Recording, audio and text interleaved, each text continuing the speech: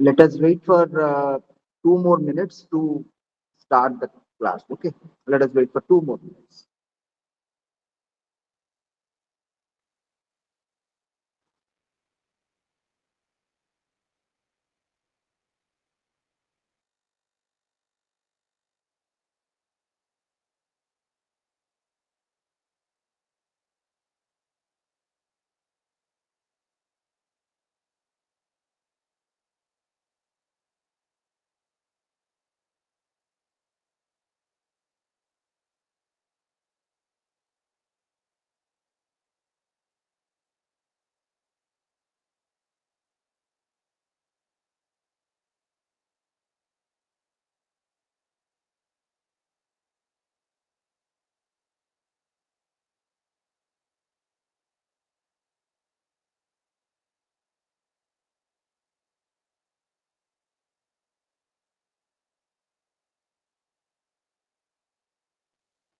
Okay. Okay. Okay. So actually, let us wait for say 1 more minute because students are joining. But in the time students join, if anybody has any query, okay, to start with, okay, they may briefly find it out or will directly go for the class. Okay, but let us wait for 1 more minute. Huh? You see, today the same relational thread that we were discussing since the beginning, we will be having that relational thread. But today, this unit is very beautiful unit because we are taking science into account. So based on the scientific discoveries, based on the scientific searches, this unit is very beautifully framed out, and let's see how it goes. Okay, and I think this unit will, those who are a bit attentive to this, I think they will gain from it because here a view is shown wherein it said that whatever happens at the microscopic level is also happening at the macroscopic level. A parallel, a similar sort of thing is happening everywhere. Like the way I say, from a drop of blood, we can know the entire quality of the blood, the nature of the blood. Similarly, at the cosmic level, whatever is happening, that is also happening at the physical level, but the dimensions vary. So this is very important point to note, and we'll be discussing this. Okay. So wait for 1 more minute to start. Okay.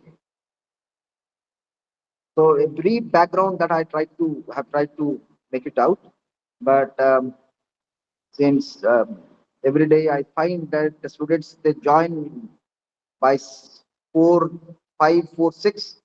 So now it is 4, 4 in my device. Let us wait for 30 more seconds, then we'll go for it. The class. Now, am I audible to all of you? Am I audible? Anybody please respond? Please respond. Am I audible clearly? Yes, sir. Okay, done. Done. Fine. Fine.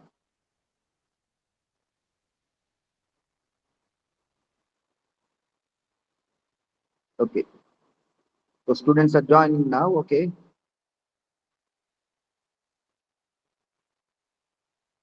Okay. So let us start now. Okay. Now, over the last 3 classes, we have crossed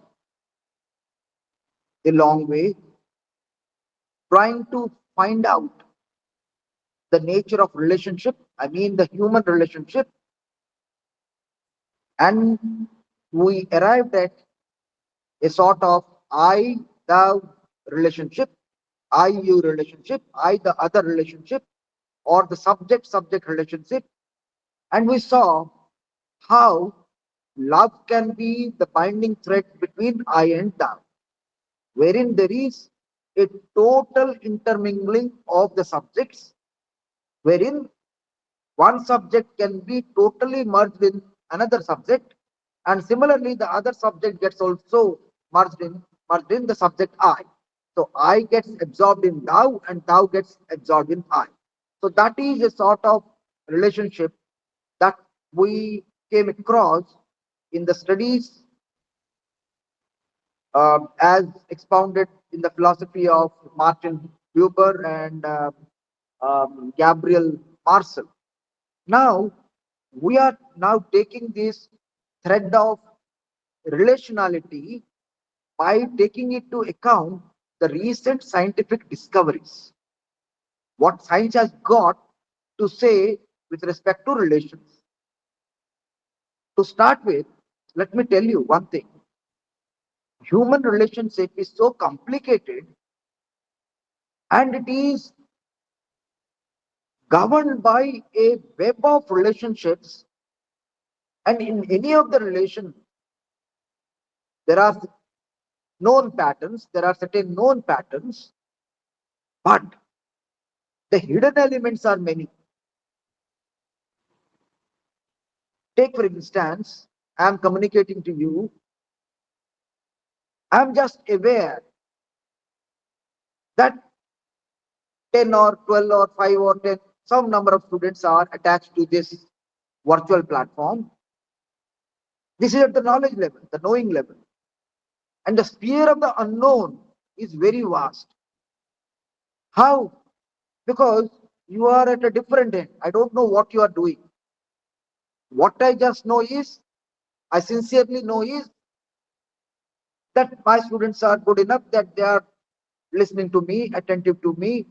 So this is one sort of understanding that I carry.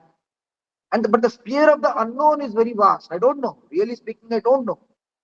At the other end, what is happening? So similarly, in human relationship also, take for instance X and Y. They may be connected by a thread of love, but the sort of love that we are talking of with respect to the philosophy of Martin Buber and Gabriel Marcel, it is an unconditional love. There is no condition attached. X loves Y unconditionally, or Y is affectionate to X unconditionally. That is the sort of love that has been discussed. That is an unconditional love. But take normal human relationship. Though somebody is connected with affection, with love, with mutual friendship, but still, the, externally, it may appear, the behavioral pattern may appear as if X and Y are connected by certain element of reciprocity, mutual understanding, coherence, and all that. But what is happening internally in each of the subjects, much is unknown. Because what how we know the subject, the other, is through the behavioral pattern. And within the behavioral pattern, many things may lie hidden. Many things may be hidden, which we don't know. So similar is the case, as I said you, whatever is happening at different levels, they somehow are parallel to one another. Whatever is happening here with me, my system, similar adjustments, similar things are happening at different levels in the cosmos. Whatever it is happening at the microscopic level is also happening at a similar thing is happening at the macroscopic level, but the dimensions only differ, the magnitudes differ. So this is the understanding, the background that we carry. So also in science, they talk of the mystery. In the initial classes, I said you, human life or human person is a mystery. More is unknown than known. Okay, and I also said you, we are searching who is a human person or who am I, and I myself is a part of the mystery that I am going to solve. So that makes the question still more difficult. So if we take the scientific discoveries, the theories in science, similar spheres of unknown are found. There is a lot of area that is undiscovered, unknown. And what you know from the platform of science, even the scientists openly declare, is only a minute percentage. It is a small percentage. Much is unknown. So with this background, let us start. As I said, parallels can be drawn between human relationship and also the sort of relations that we find in science, in the scientific discoveries. What the scientific discoveries are aimed at, they are especially physical science. When I am making a reference here, I'm meaning physical science. Physical science is trying to understand physical reality. It is trying to understand nature, the various relationships in nature, and in understanding the relationship, it has come across certain parallels which can be found in human relationship too. That's why the relationality concept in science also became so important in the study of what we call a human person. Now, to understand this, the framers of this course took this idea to go before going to the scientific discoveries. They tried to make certain observations. They tried to make certain attempts by taking language. By taking language. When we talk of language, what do we have in a language? We have sentences. And what are these sentences? The sentences are certain expressions consisting of words. And what are these words?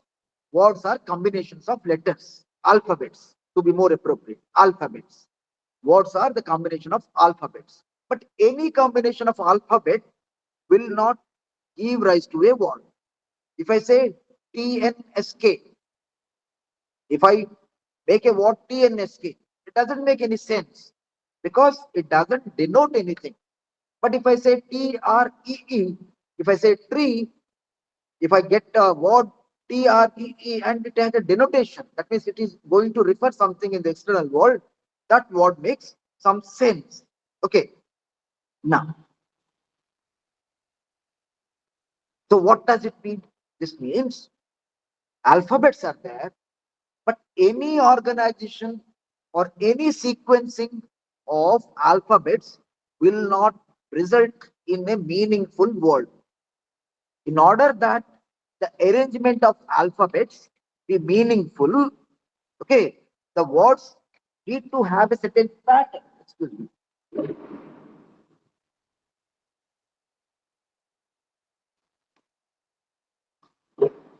The, the words need to be in a certain pattern.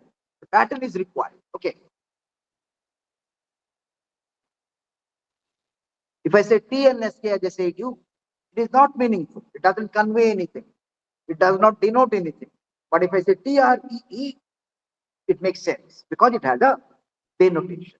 Okay. Now, about the origin of language, origin of alphabets, you see, when you say alphabet, if I analyze this, we get two things. Alpha. You see, there is a symbol called alpha. In science, we use alpha rays. Okay. Alphabet, bet from beta. Beta is another symbol. Alpha is like something like this. Okay. Beta is like small b. Okay. It is like capital B with a difference. Okay. So alpha, beta, when they are combined, the word alphabet has come into being. Okay. So alpha, beta, they are the words in Greek. In Greek language, alpha and beta, they are the alphabets. And so when we talk of alphabet in English language, they are nothing. Alphabet is a word that is framed from the Greek letters, alpha and beta. So they joined alpha and beta to say alphabets. So when we talk of English language, we have 26 alphabets. Okay. Now, the point that I'm trying to make is When we construct, you see, if you take English language, you have 26 letters or 26 alphabets.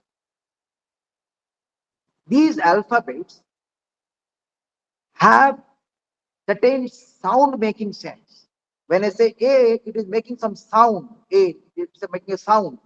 And one letter in combination with another letter, it is creating another sort of sound. Two sounds.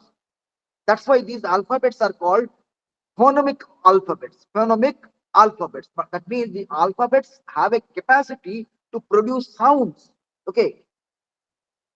They are called Phoenician letters or Phoenician, okay, alphabets, because they are able to make sound. They are able to create sound when uttered. And I say A, it is making some sound. Okay. So when the letters are combined, they give rise to words. Words may be meaningful or they may be meaningless. If the words denote something, they make meaning. If they don't denote, they are meaningless. Okay. Now, another thing.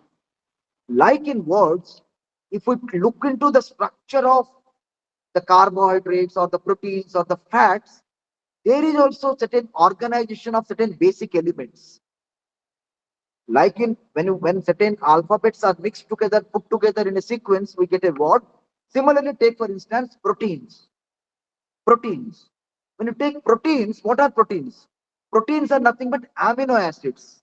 Proteins are nothing but amino acids, and they have a, when amino acids put in a certain sequence. Proteins are nothing but amino acids put in a certain sequence, and that sequence, based on the difference in the sequence, there may be a difference in the structure of the protein also. So, like the way we have alphabets to get a word, we have proteins. Okay, we have proteins wherein amino acids are the basic elements. Okay, by combination of amino acids in a certain sequence, we get what is called as proteins. So also, when we take a DNA molecule, say, when you take a DNA molecule, there also we have four types of building blocks. Why I am saying all this is because modern science is also trying to explain physical world in terms of subatomic particles. If I talk of some object, they say this object is made of certain subatomic particles. A number of atoms they combine to form molecule, number of molecules combine to form a bigger pattern. So they start from microscopic level and construct some macroscopic system. Micro means small, macro means large, huge. Okay. So the basic structuring is very important. So also in DNA, it is a combination of certain four basic materials. Okay, and DNA is formed.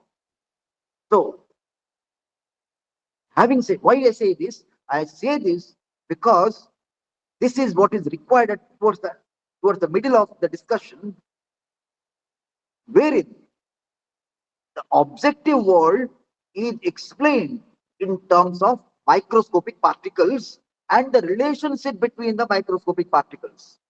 What sort of relationship that microscopic particles have? You see, the way we have relationship, subject-subject or subject-object, even at the microscopic level, there is a search for relationship. Okay, now we have, you see, alphabets are 26. If you take, for instance, English, or letters 26, but a number of words can be framed out. Okay, a number of words can be framed out. Even say we may construct infinite number of words. When I say infinite, some of the words may be meaningless. Okay, now another aspect that I wish to say you is when we construct a word, we keep that very word in separation with another word. That's why after writing every word, we keep a space. Why we keep space? If we put words together without any gap, then one word will mix with the other, and there we will not get any sense.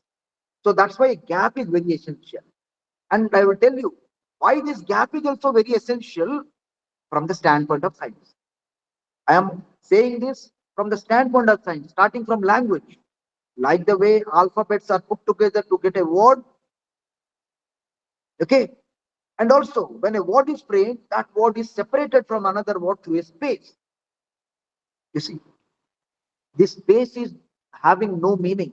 I say you, space has no meaning normally, but it is so relevant that without space, none of the words will carry any meaning. If I say I am good, if I don't give space between I and am and good, then if I write all the letters together, it will be a mess, a total mess. There will be no understanding.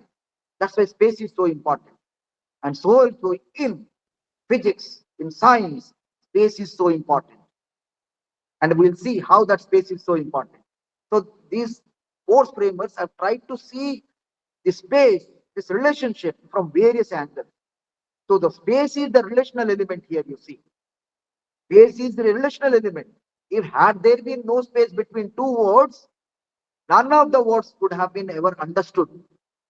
Okay, so that's why space has no value in itself, but it gives meaning to the words which it connects, where it lies between two words. Okay, but space is different from zero. You see, when I talk space and zero, people may say zero means nothingness. No, zero is not nothingness.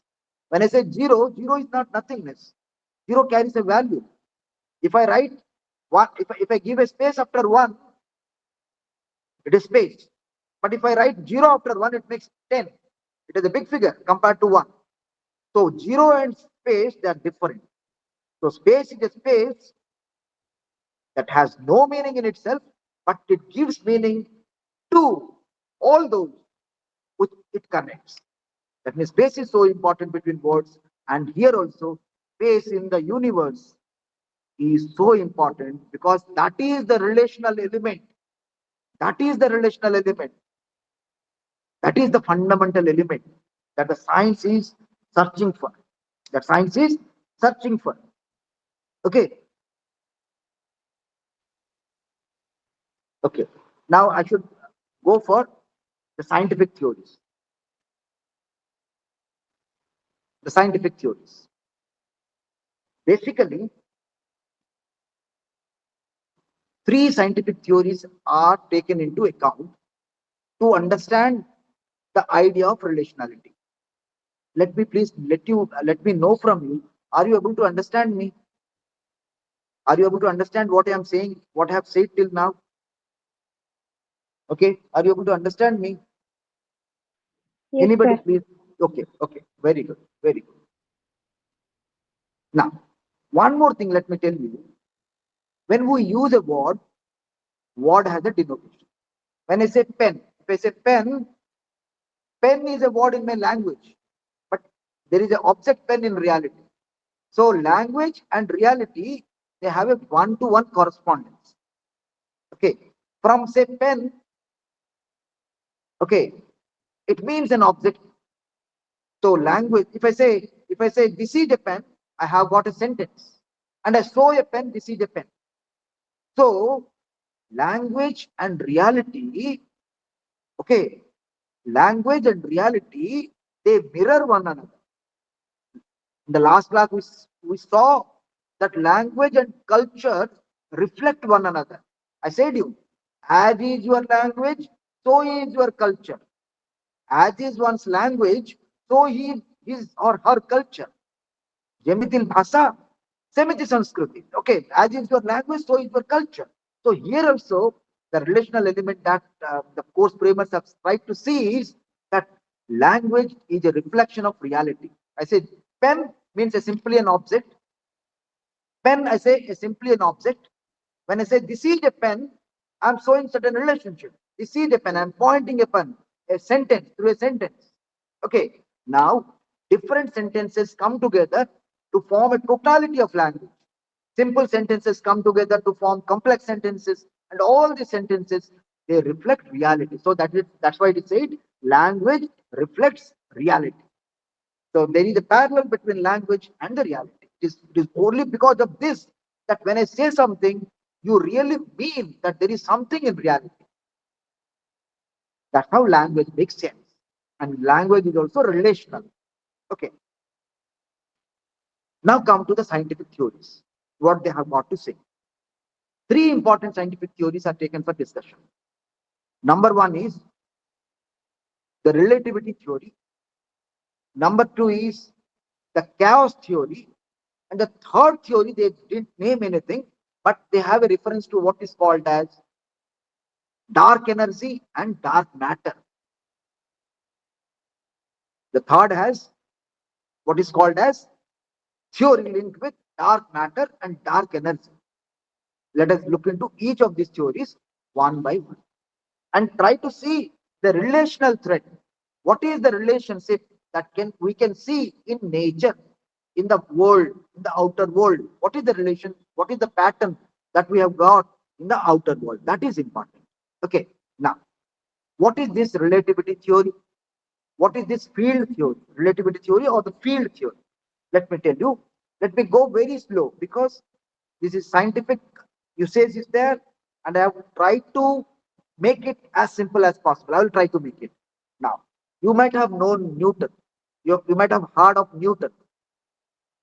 Newton is known for his laws of motion, laws of gravity.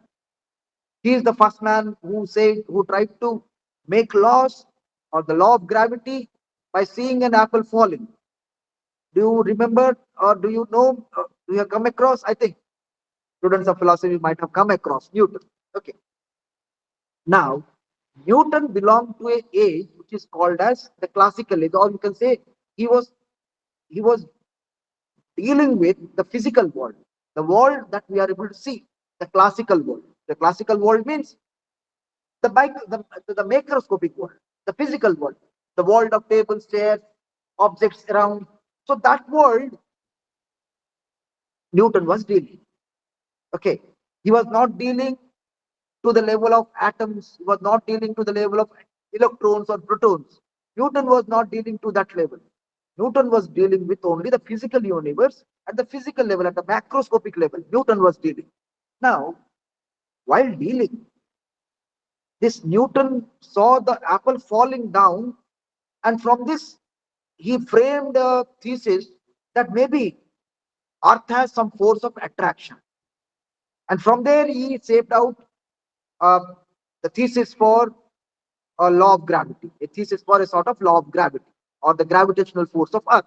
Now, now you see the apple here and the ground. This is one instance. Let me tell you another instance. Suppose we have two bodies, one a bigger body and another is a smaller body. A bigger body and another is a smaller body. Now, Newton says whenever we have two bodies of different masses, the smaller body is dragged by the bigger body by a force. I'm not making things technical. I'm trying to tell the technical things as simple as possible. Newton, because it's a part of the course, okay, even though we are not the students of science, but still, I'm trying to make this study as simple as possible. Newton, you see, when we talk of an apple falling to ground, apple is a small body. When we talk the ground, the earth, it's a huge mass. So all the objects being small, they fall down to the earth. One thing, let me tell you, we talk of earth rotating. We are on the planet earth. We are rotating along with earth. That's why we feel we are static. Okay, let me come with this in the later again. Okay, now let me tell you, Newton took two objects, one an object of higher mass, higher weight, another of lower weight. Now he found that there is a force of attraction between the bigger body and the smaller body. And the smaller body is getting attracted towards the bigger body. And there is a force. And there is a force, and that force is defined as gravitational force. Like the way apple is falling down to the ground, or any object that you leave in space that will fall down to earth. Any object that you hold on in space and leave it, it will fall down to the earth because the bigger body is attracting the smaller body. We cannot stay in the space. We are just on the earth because we are attracted by that force. That is what is called as the gravitational force. Okay. Now, Newton was worried, like the way he is able to see the bodies, bigger body, smaller body, and the smaller body is getting attracted to the bigger body. And he said there is some force, some energy, some force is there. But is he able to see the force? Now the question that came to him is, like the way I am able to see the bodies, I am not able to see the force that is attracting the smaller body to move towards the bigger body. There is a force, he says. He understands, he's technically so. But is he, are we able to see that force? We are not able to see that force. So also happens in human relationship. If somebody says, I have a feeling of brotherhood towards others, I just express, but I cannot show where is that brotherhood. I cannot show my brotherhood. Just you can know that I have that feeling of brotherhood through my behavioral pattern, but I cannot point out so where is brotherhood. Suppose I say I am in pain. Suppose I say I am in pain. From my behavior, you may think or you may realize or you may understand that I am in pain, but I cannot so take it out and so this is pain. No, I cannot show it. So also in relationship. So also in force. There is a force, but we cannot show where the force is. Like the way we cannot show the relationship of love or mutual friendship. There is friendship, but where is that friendship? Show me. You cannot show. So also it's the case with force. Okay. Now, so you see, are you able to understand me? I'm trying to draw parallels. Are you able to understand me? Anybody, please respond. Yes, sir. Very good. Thank you. So now, now the question came to Newton as to how to measure this force. How to measure this force. So he also came with a mathematical calculation. And you let me tell you, the first mathematical equation in the world was given by Newton. The first physical equation, the first equation in science, mathematical equation in science is provided by Newton. The first equation. Okay, let me tell you. The first equation that is Newton has provided. None before Newton has provided a physical equation to explain the universe. Okay, now, in spite of all this, Newton was dissatisfied. Newton was dissatisfied. He said there is a force. He got a mathematical equation to measure force. He got a mathematical equation to measure force, but something was going wrong in his mind. He said something is happening in the universe which I am not able to know. What is that happening? What is that happening? Which later thinkers could come across, which Newton could not. Maybe to some extent he could come, but he could not finally make it out. Still, we are not able to make it out that apart from attraction, there is also some sort of repulsion between the two bodies. Not only there is attraction, but also there is some gravitational repulsion. There is attraction, no doubt, but also there is some sort of gravitational repulsion. Suppose two bodies are there, they are getting attracted, but every body has got its own resistance, not trying to get being attracted. Suppose somebody is dragging you, you have your own force resisting, not to get dragged. So there a repulsive force is working, which Newton could not find out. Somehow you could speculate, think of, there is attraction, a heavier body is attracting a lighter body, but the repulsion, the gravitational repulsion, please you see, write these terms because I am trying to make this understanding as simple as possible. A bigger ball, smaller ball, the smaller ball is attracted by the bigger ball. That means the bigger ball is pulling the smaller ball towards itself because of the gravitational force of attraction or the gravitational pull. And Newton has tried to explain this, quantify this, express this, measure this force through a equation, through a mathematical equation. Fine.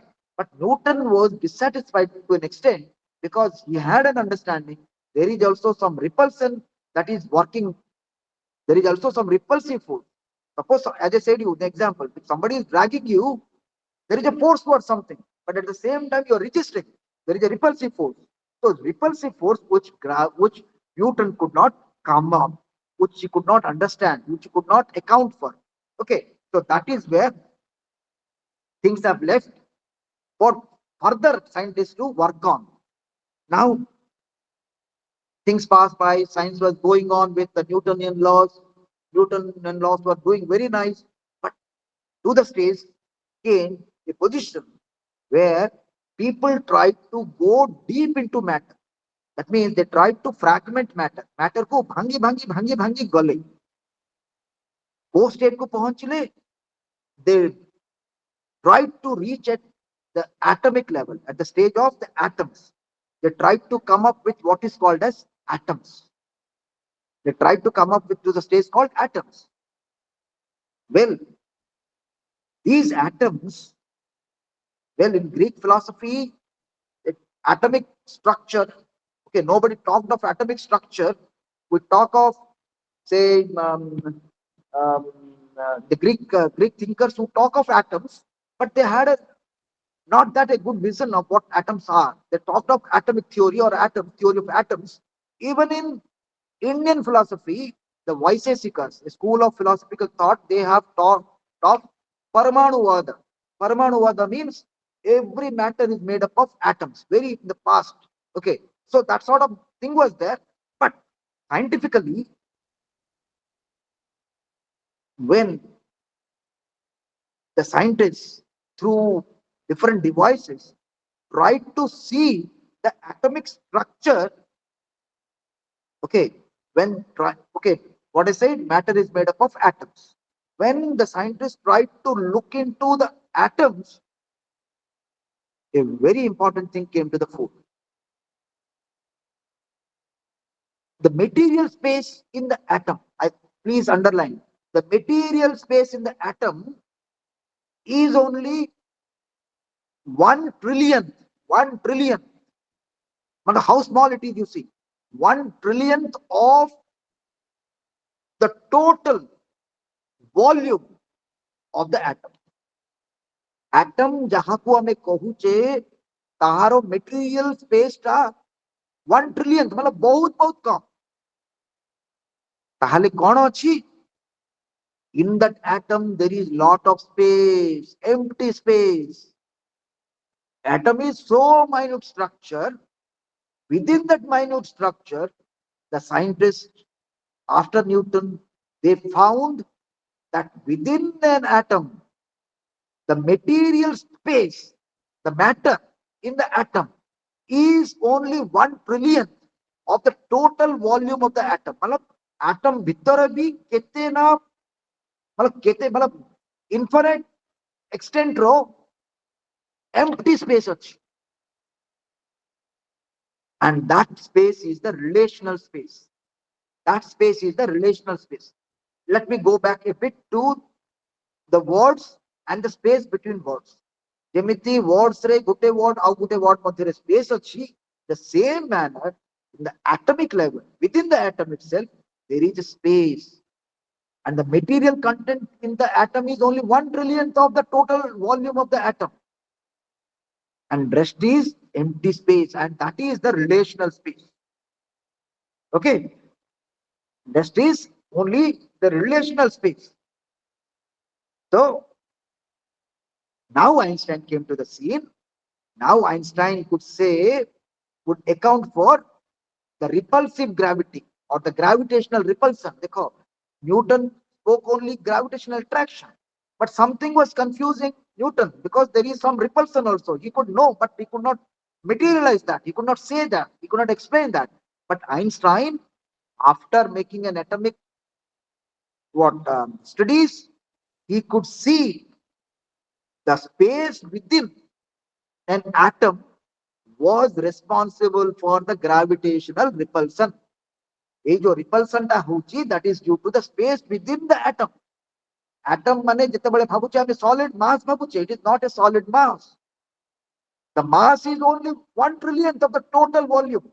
The rest, the entire rest is totally space, and that defines that defines what you call gravitational repulsion. Okay. Now, then Einstein, by his theory, he could come up to say that particles are not the, we see, there was a stage when people used to say atoms are the building blocks of matter. Atoms are the building blocks of matter. People used to say, we used to say, all matter is made up of atoms. Yes, today we say, but now things have changed. Like the way we say, alphabets are the building blocks of words, or amino acids are the building blocks of proteins. So we used to say atoms are the building blocks of matter. But things have changed. Even people now have come with, the scientists have come with subatomic particles. Subatomic particles. Now Einstein made a revolution with a new thought. You see, particle, he said particle is nothing. Particle is nothing but a strong force. He says when two strong forces interact at a place, we get a particle. Particle has no existence of its own. Let me tell you, ଯାହାକୁ ଆମେ particle କହୁଛେ ତାହାର କିଛି ସ୍ୱତନ୍ତ୍ର existence ନାହିଁ. What is a particle for Einstein? Particle is nothing but field. Particle is nothing but interaction between fields. When two strong forces interact at a point, that point we have a particle. ଆମେ ଯୋଉଟା କହୁଛେ particle, atom ଏସବୁ କିଛି ନାହିଁ. ସେ କହୁଛନ୍ତି atoms are not the fundamental building blocks of matter. The subatomic particles are not the building blocks of matter. It is the field. Field is the building block of matter. So Einstein is saying, what is the fundamental reality of all matter? Einstein is saying that field is the ultimate building block of all matter. Field is the building block of matter. ଯେମିତି house construct କରିବା ପାଇଁ ଆମକୁ bricks ଦରକାର. Bricks are the building blocks of houses. ଯେମିତି alphabets are the building blocks of a word, and words are the building blocks of a sentence. Similarly, Einstein came up with the position that atoms are not the building blocks of matter, rather field is the building block of matter, because where two fields are coming together, interacting, when two strong fields are interacting, the resultant outcome is a field. That's why field for Einstein is the fundamental reality. Field is the fundamental reality. It's not the atoms are the fundamental reality. Okay. Now, Einstein's theory, the general theory of relativity, also brought in number of changes in the field of physics. देखो ये field theory रे कौन हमें पाइले ये atoms building blocks नुहो matter रो building block है field. Field कौन? Okay, field कौन? Field माने it is a strong force. Field means very strong force. And when these two strong forces interact, the resultant outcome कौन हबो? That we get a particle. Okay, that is how he tried to explain the world. Okay, now Newton earlier was talking of four realities. Newton was talking of four realities. Four realities कौन? गोटा हला mass, second हला energy, third is space, fourth is time. So Newton was saying there are four fundamental realities: mass, energy, space, out time. But Einstein said no, there are no four fundamental realities. There are rather two fundamental realities. So what he did is, he said space and time are not totally independent. Space makes a sense only with respect to time. Space ର ସ୍ୱତନ୍ତ୍ର meaning କିଛି ନାହିଁ. Suppose ଏଇ space ରେ ମୁଁ ଏବେ ବସିଛି, ଏଇ ସମୟରେ ପରବର୍ତ୍ତୀ ସମୟରେ ତ ମୁଁ ତ ଏଠି ବସିବିନି ନା. ହଁ, so time is important. So space is not a space without a reference to time. So that's why he said space and time को independent हमें रखी परिबा नहीं. We cannot keep space and time independent. Space is time dependent. Suppose जो area रे भी बसिଛ say area re kichi samay par you will vacate that place.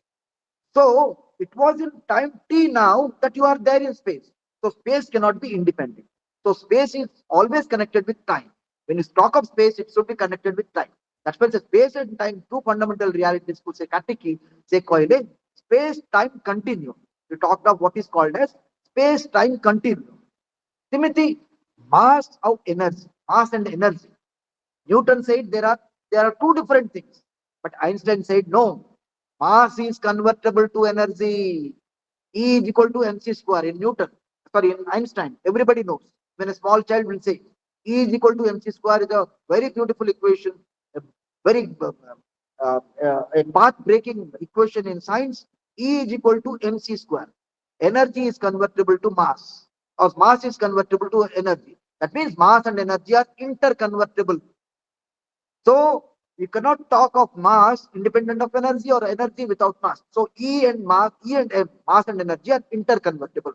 So he brought energy and mass together, space and time also together. So finally, four fundamental realities of Newton were reduced to two realities. One is mass energy, second is space time. Continue. Okay. Now, in the general theory of relativity, so you see how beautiful Einstein's position is. In general theory of relativity, he said space and time are not fixed. Space and time, they are not fixed. Okay. Space and time, they are influenced by the matter or energy that will fill the space. Space and time, jaha me kohuche, space and time ro gote fixed structure nahi. ସେମାନଙ୍କର structure depend କରିବ କାହା ଉପରେ? ସେ space କୁ ଭରୁଥିବା matter energy, matter ବା energy, matter and energy content, matter and energy content ସେ space ରେ ଯୋଉ ଥିବ that will decide the space time. So space and time are not rigid, they are not fixed, they are not static, they are moving, and space and time are dependent or influenced by matter and energy. Are you understand? Did you get my point? Did you get? Did you get my point? Please, anybody? A point of buchilo ki? Yes. If yes, yes. If you no, no. Okay. Both ways, I am comfortable. Did you get my point or you did not get my point? ମୁଁ ଆଉଥରେ କହିବି କିଛି ଅସୁବିଧା ନାହିଁ ନାହା କହିଲେ ଆଉଥରେ କହିବି କିନ୍ତୁ ମୁଁ ଜାଣିବାକୁ ତ ପଡିବ somebody please come up please No, Sir, sir. please, ବୁଝିହେଲା sir, please again. ହଁ that's the thing okay ଆମେ ନ୍ୟୁଟନ ସମୟରେ କଣ ହଉଥିଲା ସେ କହିଲେ ଚାରିଟା ରିଆଲିଟି ଅଛି ମୌଳିକ ଜିନିଷ ଚାରିଟି ଅଛି what he said one is space one is time what is matter out energy ଚାରିଟା ଜିନିଷ ଅଛି କହିଲେ but Einstein said no there are not four fundamental realities he said space cannot be taken as a fundamental reality ମୌଳିକ ତତ୍ତ୍ୱ ବୋଲି ନିଆଯାଇ ମୌଳିକ entity ବୋଲି ନେଇ ହବନି ସେ କହିଲେ ସ୍ପେସ୍ ସଦାବେଳେ ଟାଇମ ଉପରେ ନିର୍ଭରଶୀଳ ତେଣୁ ସ୍ପେସ୍ ଅଲଗା ଟାଇମ ଅଲଗା ବୋଲି ଆମେ ଦେଖିପାରିବା so he talked of space time continuum he took space along with time so space and time that were taken separately by Newton are taken together by Einstein ତାହେଲେ space time ମିଶିଗଲେ ଗୋଟେ ହେଇଗଲା ସେଇପରି matter ଏନର୍ଜିକୁ ସେ ବି ଗୋଟିଏ କରିଦେଲେ କଣ ପାଇଁ ସେ କହି ତାଙ୍କର E is equal to mc square ଯୋଉ ଇକ୍ୱେସନ ଅଛି ଯେଉଁଥିରେ ମାସ୍ ଆଉ ଏନର୍ଜି କନଭର୍ଟ ହବ ତାହେଲେ ମାସ୍ ଟା ଯେଟା ଅଛି ସେଟା ଏନର୍ଜି ରୂପ ନେଇଯିବ ଏନର୍ଜି ବି ଆମେ ମାସ୍ କୁ ରୂପରେ ନେଇପାରିବା ତ E is equal to mc square relation ରେ ମାସ୍ ଆଉ ଏନର୍ଜି ଓକେ ପରସ୍ପରରେ କନଭର୍ଟ ହେଇପାରିବ ତେଣୁ ମାସ୍ ଏନର୍ଜି ଆମେ କହିବା ଆଉ ଏନର୍ଜି ଆଉ ମାସ୍ କୁ ସ୍ୱତନ୍ତ୍ର ରୂପରେ ଅଲଗା ରଖିବାନି ତାହେଲେ ଚାରିଟା ରିଆଲିଟି ଯାହା ନ୍ୟୁଟନ କହୁଥିଲେ ସେଟା ଆଇନଷ୍ଟାଇନଙ୍କ ପାଖରେ ପହଞ୍ଚିଲା ବେଳକୁ ସ୍ପେସ୍ ଟାଇମ ଗୋଟେ ରିଆଲିଟି ହେଇଗଲା ମାସ୍ ଏନର୍ଜି ଆଉ ଗୋଟେ ରିଆଲିଟି ହେଇଗଲା ଓକେ ତାପରେ ସେ କହିଲେ ଆମେ ଭାବୁଛେ ସ୍ପେସ୍ ଟାଇମ ଗୋଟେ ଫିକ୍ସଡ ଷ୍ଟ୍ରକ୍ଚର ଅଛି ଆମେ ଯୋଉ କହୁଛେ ସ୍ପେସ୍ ଯୋଉ ଅଛି ସ୍ପେସ୍ ଟା ତାର ଫିକ୍ସଡ ଷ୍ଟ୍ରକ୍ଚର ଅଛି କିନ୍ତୁ ଆଇନଷ୍ଟାଇନ କହୁଛନ୍ତି କୌଣସି ସ୍ପେସ୍ ର ଗୋଟେ ଫିକ୍ସଡ ଷ୍ଟ୍ରକ୍ଚର ନାହିଁ ସ୍ପେସ୍ ଟାଇମ ର ଫିକ୍ସଡ ଷ୍ଟ୍ରକ୍ଚର ନାହିଁ କାରଣ ସେଇ ସ୍ପେସ୍ ର ଷ୍ଟ୍ରକ୍ଚର ଟି ନିର୍ଭର କରିବ ତା ମଧ୍ୟରେ ଥିବା ବସ୍ତୁ ଉପରେ କିପରି ବସ୍ତୁ ବା କିପରି ଏନର୍ଜି କୁ କଣ କହିବ ଶକ୍ତି କିପରି ଏନର୍ଜି ବା କିପରି ମ୍ୟାଟର ସେ ଭିତରେ ଅଛି ସ୍ପେସ୍ ରେ ତାହା ଡିସାଇଡ କରିବ तार स्ट्रक्चर ऊपर तो कौन सी स्पेस टाइम रो स्वतंत्र स्ट्रक्चर किछि नाही बस गोटे फिक्स्ड स्ट्रक्चर नाही स्पेस टाइम रो स्ट्रक्चर ता भीतर मैटर बा एनर्जी रो कंटेंट क्वांटिटी ऊपर निर्भरशील थाए ओके नंबर 1 नंबर 2 मैटर और एनर्जी मध्य स्पेस को गाइड करिवे स्पेस ता केमिति मूव करिवो सपोज धरि नियो गोटे जाल अछि हम पाखरे very beautiful example I will tell you suppose गोटे जो फिशिंग नेट नाही कि जो माछ धरु छे गोटे नेट ओके से नेट रे नेट ता नॉर्मली अछि ओके सपोज गोटे बॉल टी हमें पकेले गोटे गोटे गोटे गोटे केजी किया बॉल टी गोटे पकेले से नेट रे तो केजी किया बॉल जेतेबेले पकेले नेट गोटे निर्दिष्ट शेप नेबो it will take a certain form suppose say ball टाको हटे देले एबे गोटे आउ गोटे बॉल टी पकेले हाफ केजी क्वांटिटी रो बॉल टा पकेले सो 1 केजी बॉल जेतेबेले थिला से नेट रो जो शेप थिला एबे हाफ केजी बॉल पकेले से नेट रो शेप सेम थिबो कि थिबो ना डिफरेंट थिबो मते कुहा गोटे फिशिंग नेट सेम थिबो ना डिफरेंट रहइबो वेट अधिक हबो डिफरेंट रहइबो वेरी तो शेप डिफरेंट रहइबो तो नेट अछि नेट को मिति धरिचे चारि पटे बड़ बॉल टी गोटे पकेले तार गोटे शेप नबो सेटा हटे देले छोट बॉल टी पकेले तार शेप अलगा नेबो ताहाले स्पेस रे जो वस्तु रहिबो ताहार कंटेंट बा को शक्ति रहिबो that content will decide the structure of the shape, the structure of the space. So matter and energy will decide the space, how it will curve. को प्रकार curve से नबो that will be decided by matter and energy. Okay, so take 1 minute, please. Some technical issue. Okay, done. So matter and energy will tell space how to curve.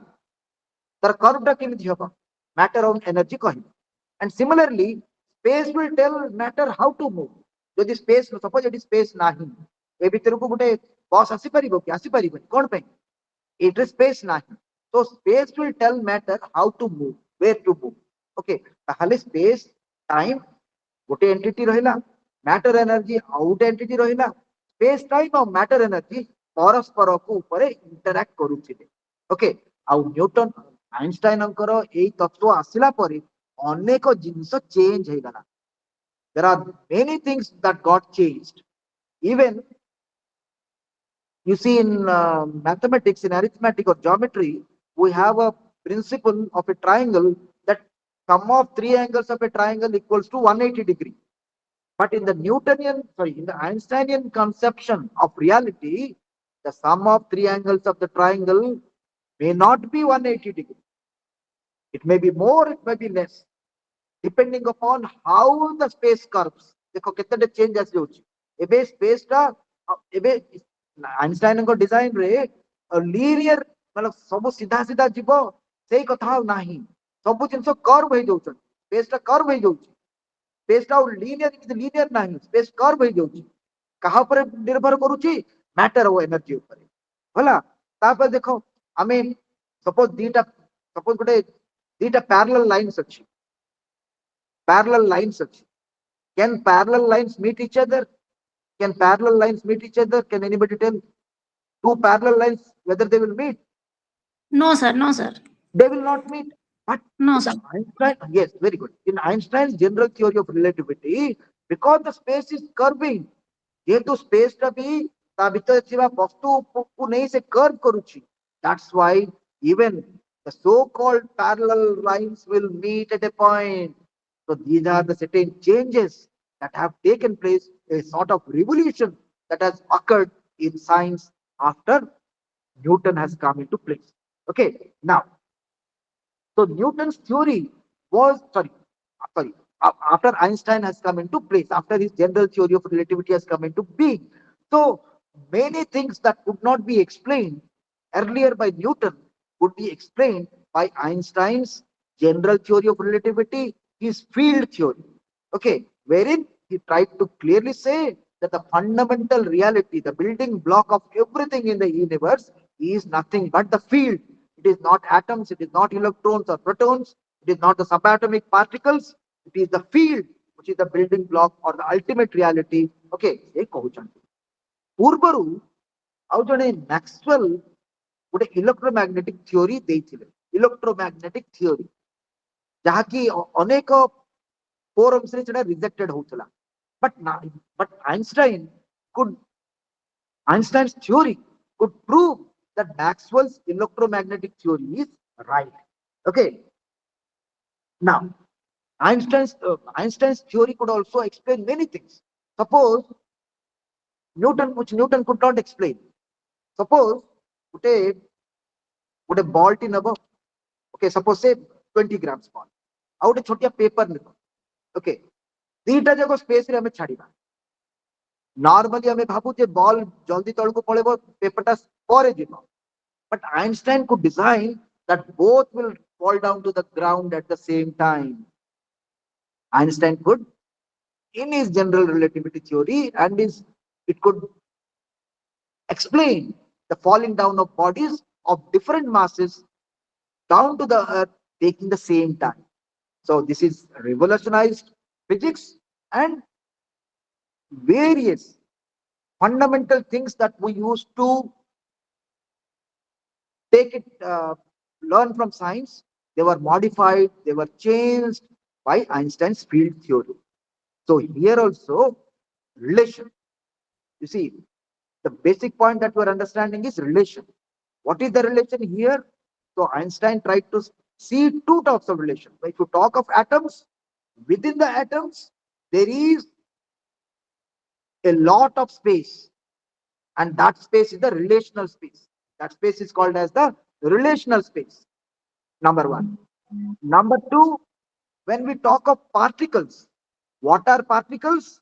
Particles are nothing but interaction between fields. Interaction माने दीटा field जति जेतेबेले परस्पर सहित relate होउचंती दीटा fields माने दीटा forces दीटा strong forces जेतेबेले परस्पर सहित relate होउचंती गोटे particle T सृष्टि होउची तो याहारे मध्य साइंस रे मध्य atomic level रे मध्य गोटे relation टी रहिछि. Okay, so there also we talk of relationship. So Einstein's theory of relativity, Einstein's space-time, matter-energy understanding, and his field theory could explain many things, wherein we, we the sort of relationship that we are searching for, that is also found at the fundamental level, at the atomic level. Okay, ମୁଁ ଆଉ ଥରେ କହେ field theory ରେ କଣ ହୁଏ? Field theory ରେ Einstein କହୁଛନ୍ତି ଯେ field is the fundamental reality. This field is the ultimate reality. Atoms को नहीं हमें bodies create ହେଇନି ସେ କହୁଛନ୍ତି atoms ठीक ଅଛି atoms ଅଛନ୍ତି atoms ଭିତରେ ମଧ୍ୟ ଅନେକ space ଅଛି that is the relational space. Number one. Number two, when you talk of a particle is nothing but two fields interacting. Theta strong forces interact kale gote particle Srishti होଉଛି. Theta strong forces interact mane when they are put into a relationship, when they are coming in a relationship. Okay, two forces are coming in a relation, a particle is created. So this sort of parallel we can find a sort of relationship even in science. Hela ଆଉ ଗୋଟେ theory ହେଲା chaos theory. chaos ମାନେ ପୁରା disturbance, କିଛି pattern ନାହିଁ, କିଛି ନିର୍ଦ୍ଦିଷ୍ଟ ନିୟମ ନାହିଁ, ସବୁ କିଛି କେମିତି ଘଟୁଛି କହୁଛନ୍ତି କି ଯେ ବ୍ରହ୍ମାଣ୍ଡରେ ଅନେକ ଜିନିଷ ଘଟୁଛି ଯାହା ଆମେ ଜାଣିପାରିବାନି କାରଣ ପୁରା ସବୁ କିଛି ଏପଟେ ସେପଟେ ପଡିଛି. ଓକେ ଓକେ କଣ ପାଇଁ ମୁଁ ପୂର୍ବରୁ କହୁଥିଲି ନ୍ୟୁଟନଙ୍କ ସମୟରେ in the time of Newton we were dealing with linear systems. We are dealing with linear systems. Linear systems ମାନେ for example ଧରି ନିଅ ଯେତେବେଳେ ଆମେ ସେ ସମୟରେ କହୁଥିଲୁ ଲାଇଟ୍ କେମିତି ଯାଏ, we used to say light travels in a straight line.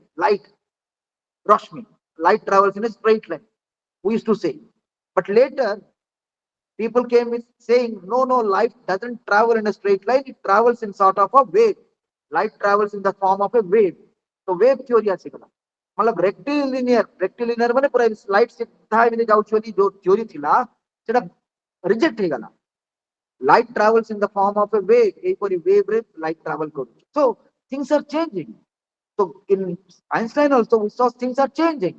जोटा कि rectilinear theory रे arithmetic theory रे जो 3 angles of a triangle is equal to 180 degree, so in Einstein's relativity theory it fails, सेटा fail कर जाउची बा हमें कहूँ दीटा parallel lines मिसिबनी हमें normally rectilinear theory रे कहूँ, but here in Einstein's theory even parallel lines will meet because the space is curving. जो space हमें कहूँ स्थिर अछि किंतु Einstein theory space curve होउची, so there are certain changes और ए सब code relation based, these are all relation based, and slowly we are trying to understand even the physical universe slowly and slowly, and advancements are going on in science and we are trying to know more and more about the universe. Okay, now they कहउचंती chaos theory रे कोन कहा जाउची, देखो chaos माने किछि गुटे निर्दिष्ट नियम नाही, to be very simple, I'm not using technical terms, chaos means disturbance, something which is random, random माने एपड़ सेपड़ एपड़ सेपड़ एपड़ सेपड़, suppose गुटे घरे आमे जेतेबेले पसुचे, suppose सब किछि सजाय की अछि, that is not chaos.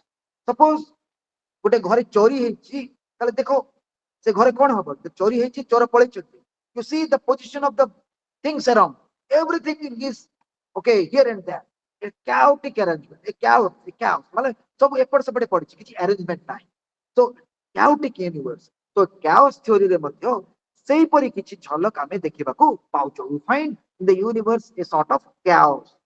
Chaos cone, chaos कहउछि a small disturbance here will have an effect in the cosmos.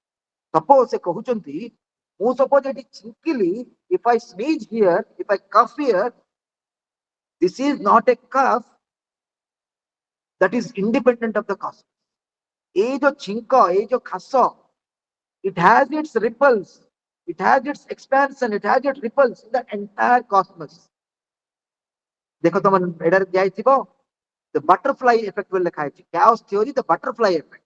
What is the effect? से कहउचंती एटा को कहा जाउची the idea of sensitive dependence, Etah कहउचंती idea of sensitive dependence, कहउचंती गुटे छोटिया जिंसटी अणुक level रे eighty भी होउची, ताहाले ताहा ब्रह्मांड रे मध्य किछि परिवर्तन आणुची, it is bringing great changes in the universal level also. एटा बुझी होउची ना बुझी होनी, please tell me, chaos theory ता जहा बुझी, आज्ञा are सर you able बुझी to? होजी, Very आज्ञा good, सर thank आज्ञा you, sir very good, thank you. So chaos theory says that the universe, there is a chaos. What is this chaos? Okay, so what is this? It is saying that a small disturbance with a simple system, it has its effect at a greater level. It has its reflection at a greater level. ସେଇଟାକୁ ସେ କହୁଛନ୍ତି butterfly effect. What is this butterfly effect? Butterfly ତ ଜାଣିଛ, it is ଛୋଟିଆ ପ୍ରାଣୀ, ତାର ଯୋଉ wings ଅଛି, wings, ତାର ଯୋଉ ଡେଣା, what you say, ହଁ, ସେ ଯୋଉ ହଲଉଛି ଡେଣା ଯେତେବେଳେ ହଲୁଛି butterfly, when the butterfly is flapping its wings,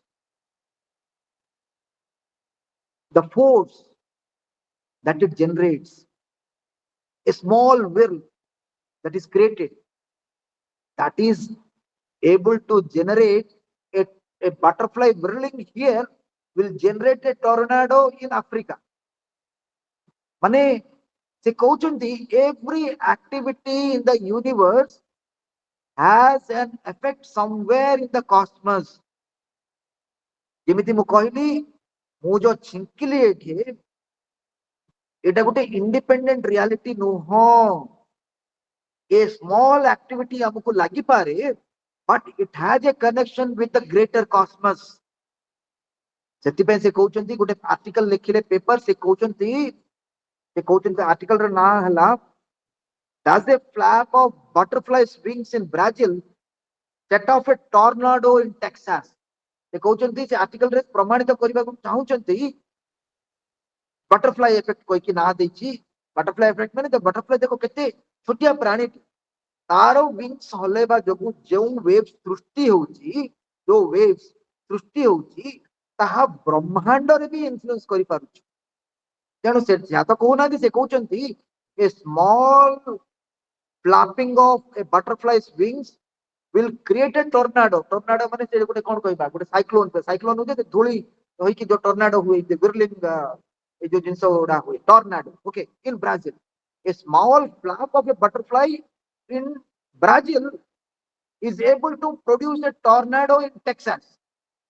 माने देखो the connectivity माने एठी से कहबा चाहउछंदी ए यूनिवर्स रे कोनोसी जिंस ओके निर्दिष्ट रूप रे नाही जेमिति हमें पूरा clearly cause of effect relationship रे देखै पारि मानी. We cannot show everything in the universe in the terms of cause and effect.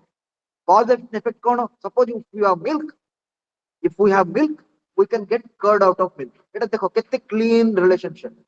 If we have milk, we get curd out of milk. A clean relationship, a cause and effect relationship, deterministic. Okay. Suppose you have oil seeds. From oil seeds, we can make out oil. Get a clean relationship. But এই जो রিলেশনशिপটা এইপরি রিলেশনशिপটা ব্রহ্মাଣ୍ଡରେ ବି এইପରି ହଉଛି ବୋଲି Newton age ରେ Newton ଯେତେବେଳେ ଥିଲେ ସେଇ age ରେ ଗ୍ରହଣୀୟ ଥିଲା.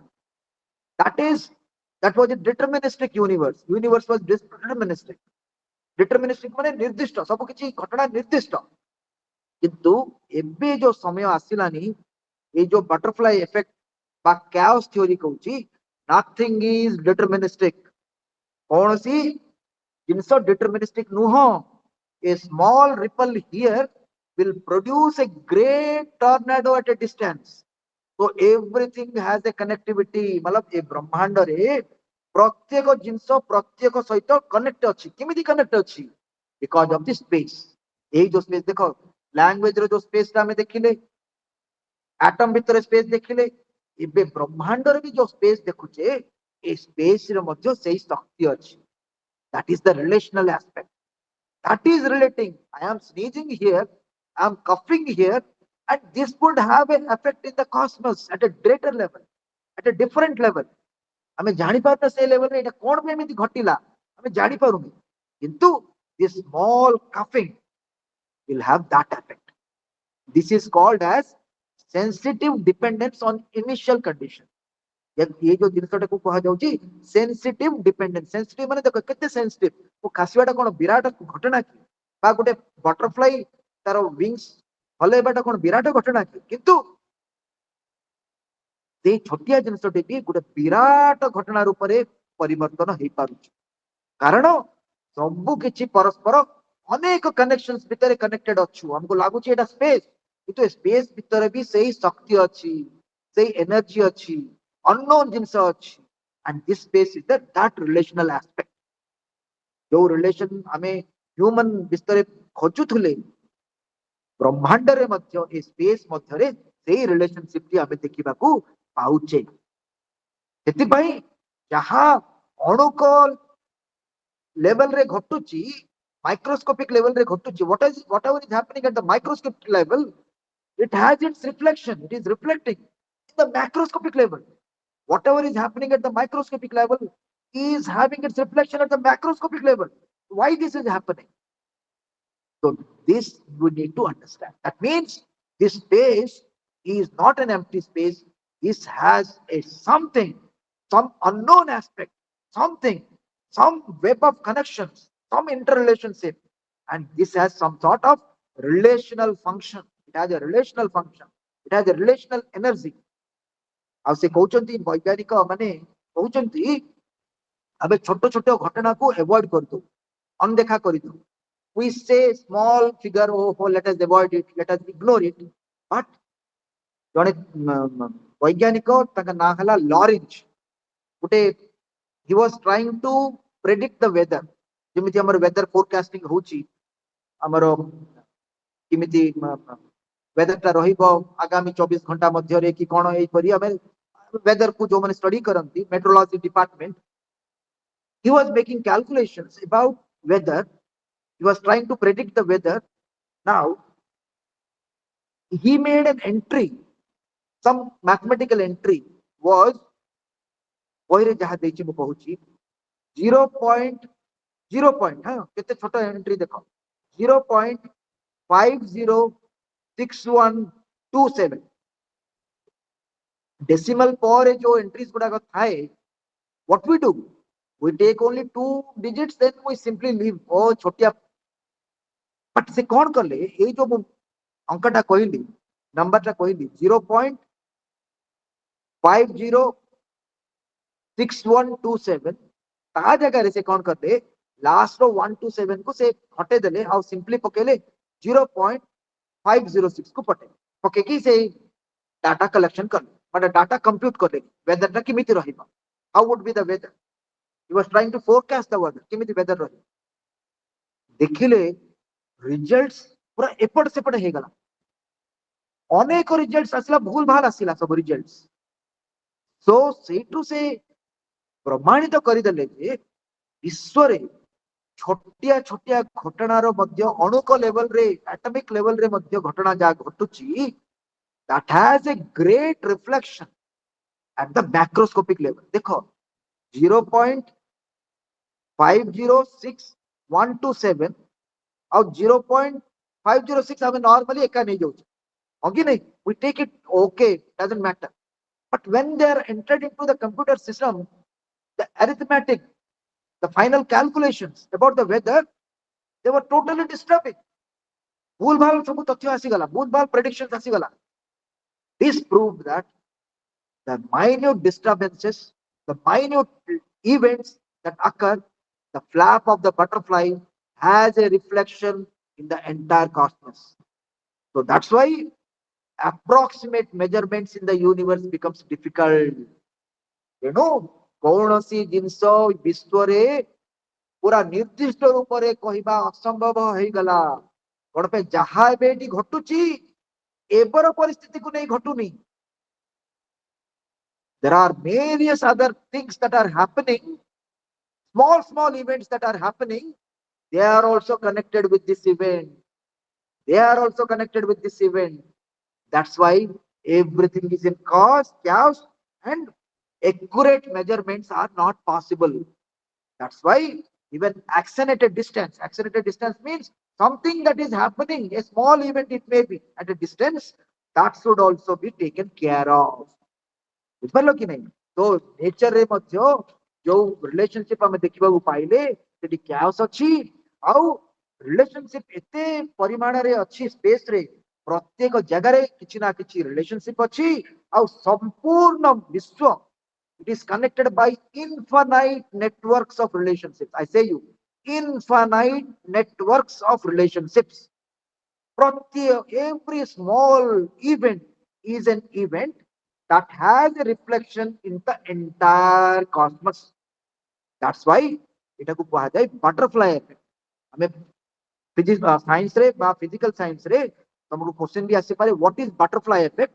Butterfly effect means even a small flap of a butterfly having little energy or a little ripple in the space is able to generate huge events at a distance. A small cuff here may produce, because it is connected, this cuff is this vibration, it is connected with the cosmos, with the space. And this space is having a multiple relationships. So everything is connected, even a small event. एमती से कहले तार article लिखिले लॉर कोन तांगा ना article लिखिले लिखिचंती Lorenz जोकर जो माइन्यूट कैलकुलेशन लेके आर्टिकल लिखिचंती. Does a flap of a butterfly in Brazil bring a tornado in Texas. So इतरे से प्रमाणित करिचंती ना सतरे बटरफ्लाई रो छोटिया जो waving of the wings or the flapping of the wings of a butterfly is able to generate a tornado in Texas. So this was the proof, evidence. और द्वितीय evidence कौन जिते बड़े Lawrence was eliminating certain numbers after the decimal, the results are not matching with the actual event. Disturbing result आसीगला 0.506127 रे last 127 जेते हटे देले 0.506 के लिए नेले द रिजल्ट डिस्टर्बिंग हे गला. हम कोन करू डेसिमल इते लंबा थिले हमें केतेटा काटी दो बा एप्रोक्सीमेट करि दो. आम नॉर्मली कौन 1.935 कहले हाँ हाँ 1.935 कौन पे ना 2 बोली नहीं जाऊँ एमती नेबा कथा नुह because a small event is able to generate a big event at a cosmic level. छोटिया जिनस को भी कौन से जिनस को भी अवॉइड करि परिबा नाही दैट इज क्या theory and the butterfly effect एबे हमर आसिला लास्ट थ्योरी और लास्ट 45 मिनिट्स ओके एथिरे हमें डील करिबा what is called as dark matter और dark energy if you have pen and paper please write it down if you write these two lines you can I think you can describe everything dark energy माने कौन dark देखो dark माने अंधार हमें normally पूछू तो dark energy कौन तो dark energy is that form of energy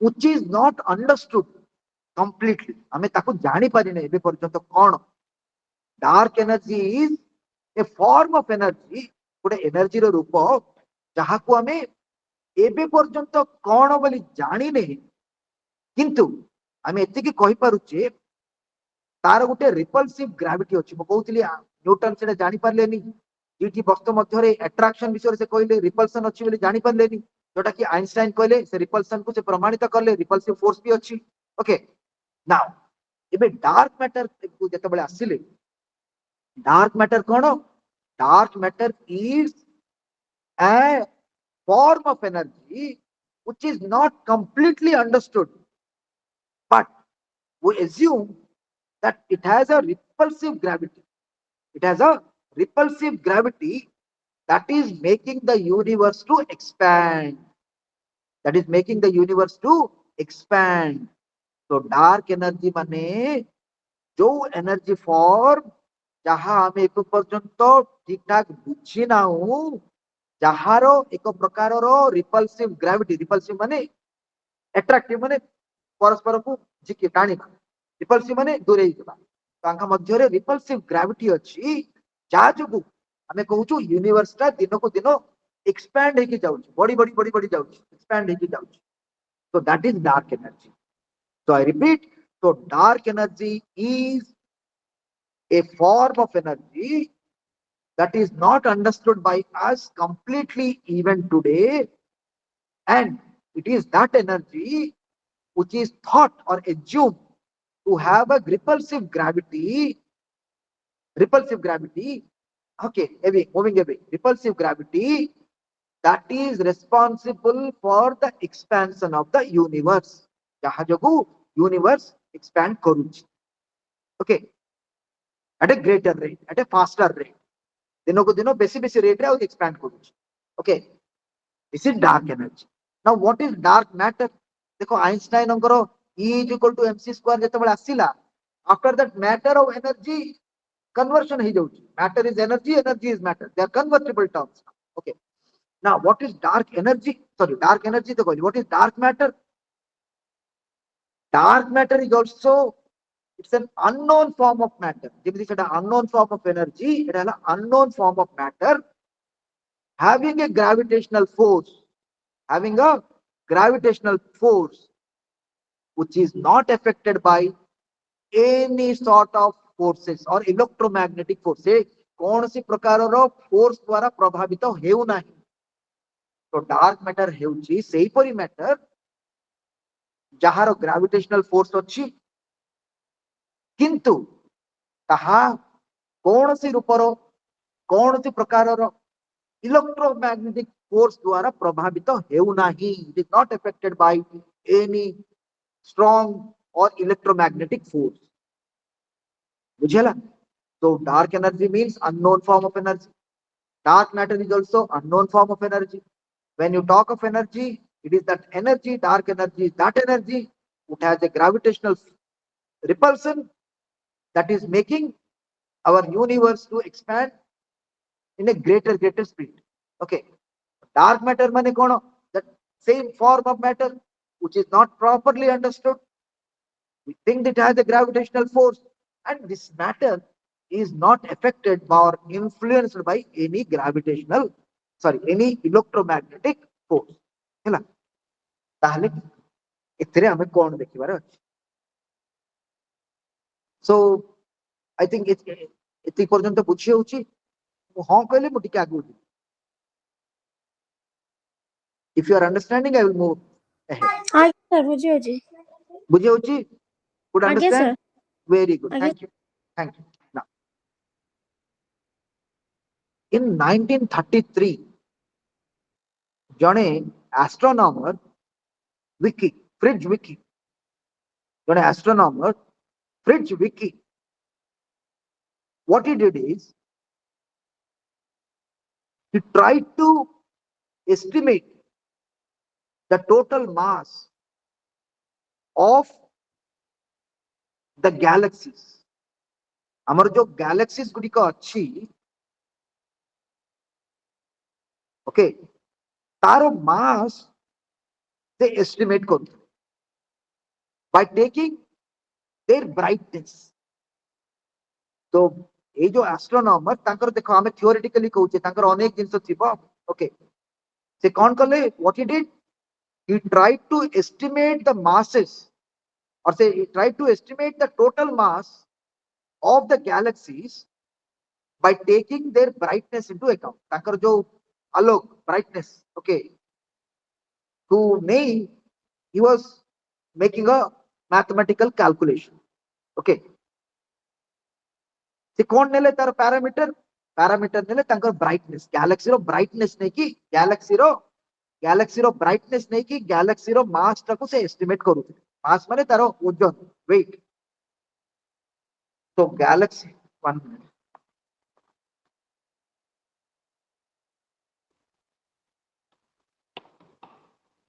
so Fridge Vicky he was estimating or calculating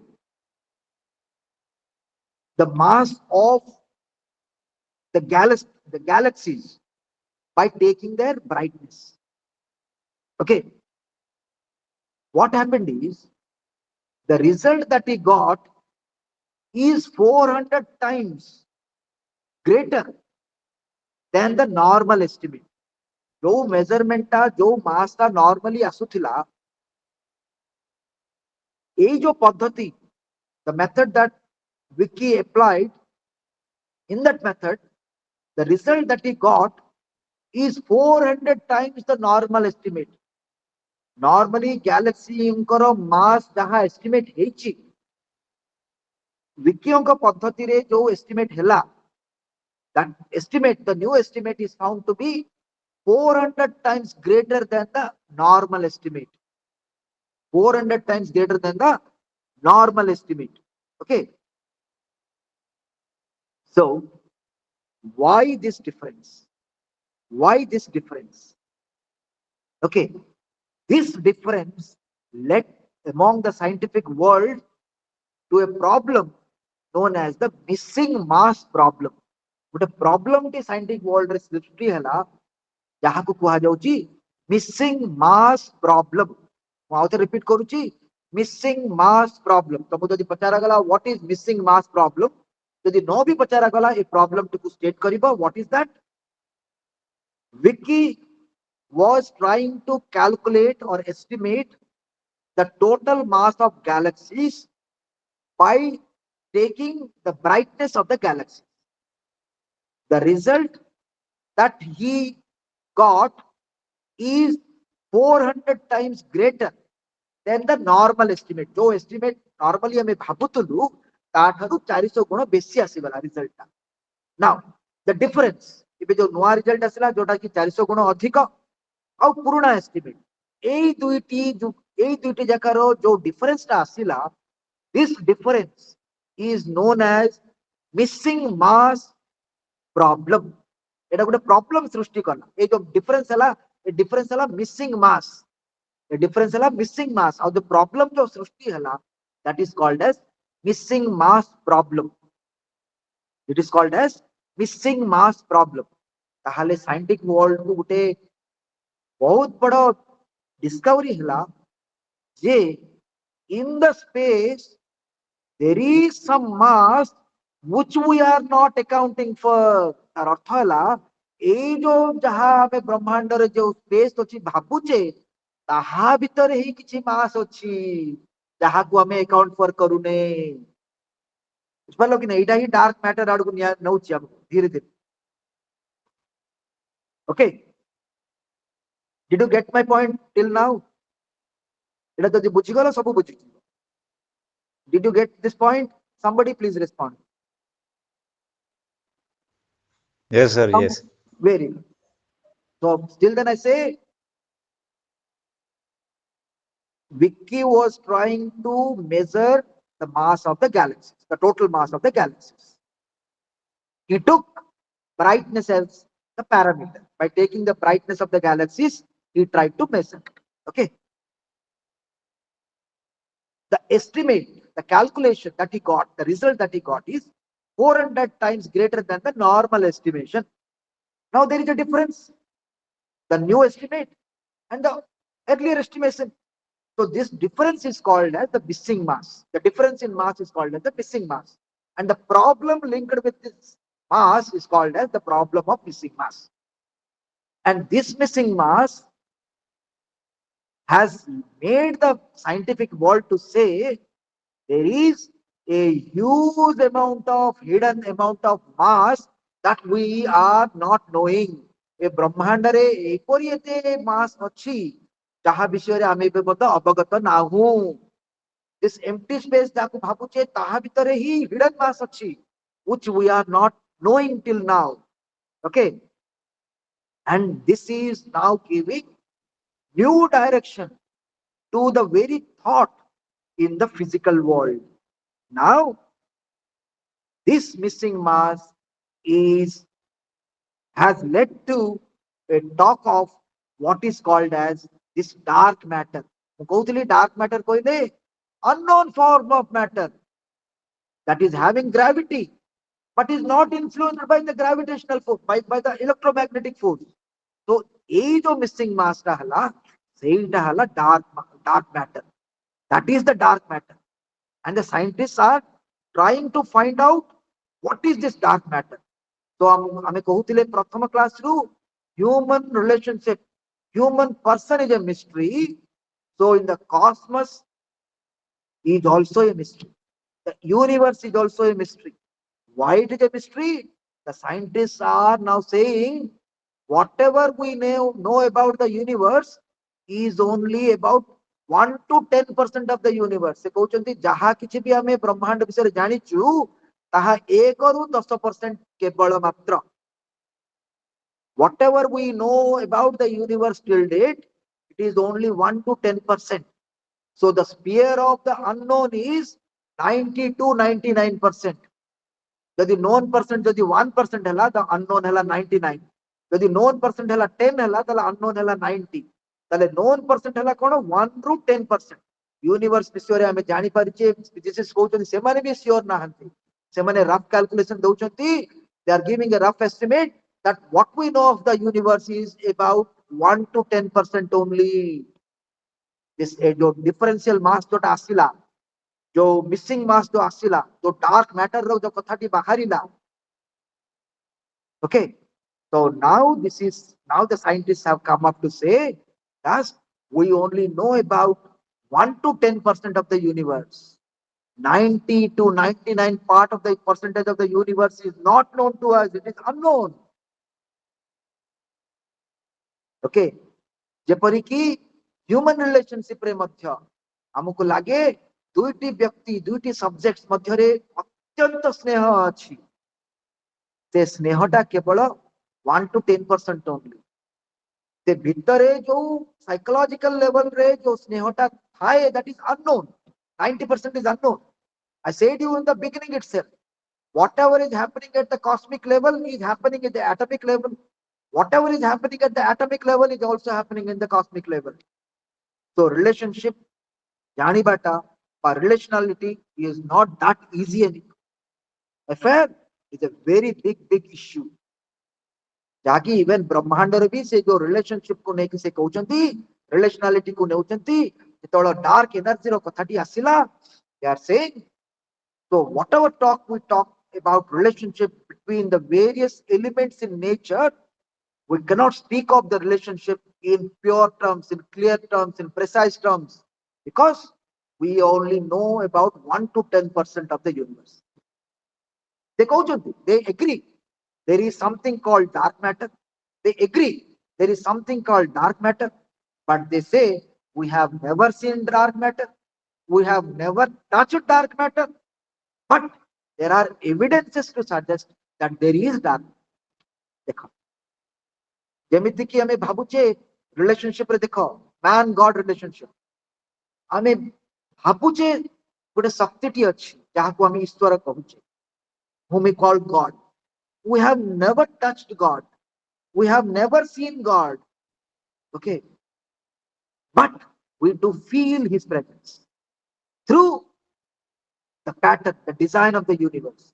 How is the night getting created after the day? How is the day again coming into being after the night? Why is the sun coming in the morning? Okay, I can talk of, I can think of a table being made by me. I can think of this mobile being made by a human being. Can I think of a seed being made by a human being? Can I think of a seed being made of by a human being? Can I think of a butterfly being created by a human being? Can I think of a sun or a moon or a star being created by a human being? So we assume there is a force, some metaphysical force. Many call God, many call nature, whatever may be. Some force is there. And that force is unknown, totally unknown. So we know only 1%, the relationship. So also in science, they have come up with all physical searches.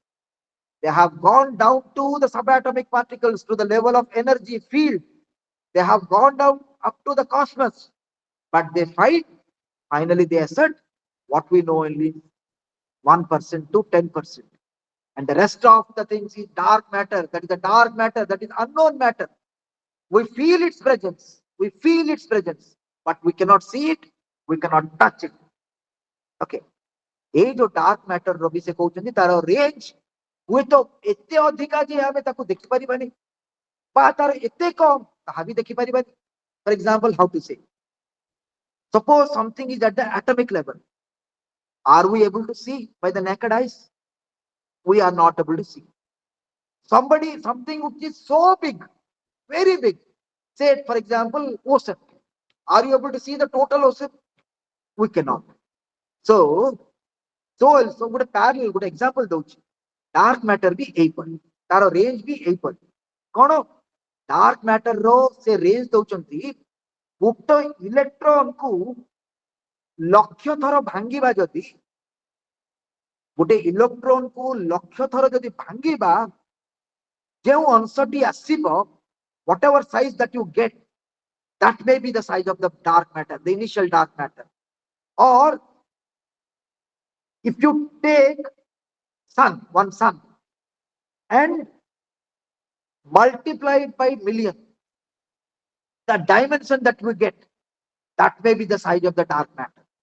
So the range of the dark matter is so small, or the range of the dark matter is too small, too high. जोटा कि हमें normal comprehension में संभव नुहे. So it may be very small, 1 lakh, a electron, the size of electron divided by 1 lakh to 1 million suns. A sun तो देखिए होनी 1 million suns रो size. So दुईटी debate एबे चालुची. गोटे debate कहूची dark matter has the size of what is called as MACHO, MACHO. MACHO कहले massive astrophysical compact halo object. मतलब बहुत Virat size. ଆଉ ଗୋଟେ ଗ୍ରୁପ କହୁଛନ୍ତି ସେଟା ବହୁତ ସ୍ମଲ ସାଇଜ, ସେମାନେ ହେଉଛନ୍ତି WIMPs, WIMPs. WIMPs ମାନେ weakly interacting massive particles. So ଏବେ debate ଏଇ ମାନଙ୍କ ଭିତରେ ଚାଲିଛି. So what is the structure of the dark matter? So some people are saying dark matter is too massive, and some are saying the very nature, the structure of the dark matter is very faint, very faint. That's why we are not able to see. And some are saying dark matter is so big that we cannot see. So there is a debate among the scientists whether dark matter belongs to the MACO group or the WIMPs group. गोटे अणुर गोटे electron रो लक्ष भाग कले गोटे भाग लक्ष थर भाग कले जो अंश आसो से साइज रो डार्क मैटर टा ना डार्क मैटर गोटे मिलियन सन्स रो साइज रो अछि तो ताकू नहीं डिबेट बे चली किंतु what the scientists are saying, dark matter is there, but we cannot see it, we cannot touch it, but there are evidences to say that there is dark matter. So dark matter कोठू असला because of the missing matter. तो जो calculation जो Wick करले, okay, Vicky करले, the calculation that French Vicky made, that calculation gave rise to a difference in mass, which is known as the missing mass. And this missing mass is nothing but the dark matter. So here, so the relation, again you see the relation. The space is totally filled with dark matter. So that, see the relationship here. Okay. Now come to dark energy. Dark energy kono pakapaki saman, but they have a difference. Okay. Einstein, I mean, only Einstein could take care. Let us move to Einstein a bit. Einstein was all set for a static universe. They go to Brahmanda with a static stiraj. It is a static universe. He was all in favor of a static universe, and he introduced a constant called as lambda in order to justify his stand for a static universe. But his justification did not last long. Why? Because another scientist, through his experiment, through his telescope, he could prove or establish with much evidence that the universe is expanding. Brahmanda kon hoche expand koruche. The universe is expanding. Who said this? Hubble. But Einstein was all set for a static universe. And he took a constant called lambda to establish his standpoint, Einstein's standpoint. So let me put it clear. Einstein was all set for a static universe. The universe which is constant. Okay, it is not expanding. And Hubble came up with the thesis of an expanding universe. So here, Einstein's lambda could not stand. Okay, now, then the scientists found that within this space, there are full of particles. Empty space that is filled with the number of particles which are getting created and also are getting destroyed. So within this empty space, there are number of empty space whatever we see this empty space, the scientists found that what we call this empty space is not empty space. It is having lot of fields, fields, and where the fields interact the particles. So these particles, because of the interaction of fields, number of particles are being produced, and these particles are again getting destroyed. So there is a creation and destruction of infinite number of particles within this space. Okay. Now, jahaku ame vacuum ba jahaku ame space bhabutile, now the scientists came to recognize this vacuum or this empty space is full of energy, what is called as the dark energy. Why it is dark energy? Because we are not able to know what is the nature of this energy. We are not able to find out, see, touch this energy. But evidences are suggesting that there is an energy in an unknown form, and that is dark energy. Okay, now that lambda which Einstein suggested, now again it became relevant, and it is now the usage of this lambda, this constant, is finding uses in various scientific theories, wherein which are talking about the dark energy. Okay. Now this dark energy, what is happening here?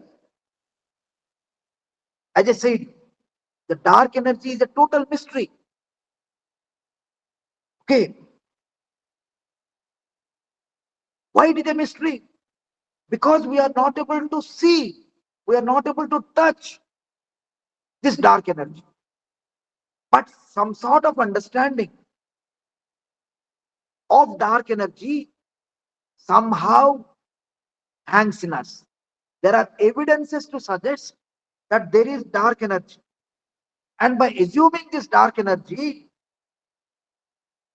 is supporting the theory of Hubble that the universe is expanding. The universe is expanding because of this dark energy. So there are experiments to suggest, there are evidences to suggest that there is dark energy in this space, and that is making the universe to expand. It is expanding with a greater rate, but till now we don't know, we have not seen or touched this dark energy. We are just in the assumption that there is a mysterious energy, that is dark energy in the empty space. That the mysterious energy or the dark energy in the empty space. Okay. And this dark energy is responsible for anti-gravity. जो anti-gravity विषय Newton जानी earlier. Now this dark energy is responsible for anti-gravity, and because of this anti-gravity, there is expansion in the universe, and the universe is expanding day by day. So we are having an expansion in the universe day by day. Okay, the universe is expanding. So are you able to understand? Are you able to understand me? Yes, sir. Okay, done. So this is this is the third theory. The third theory.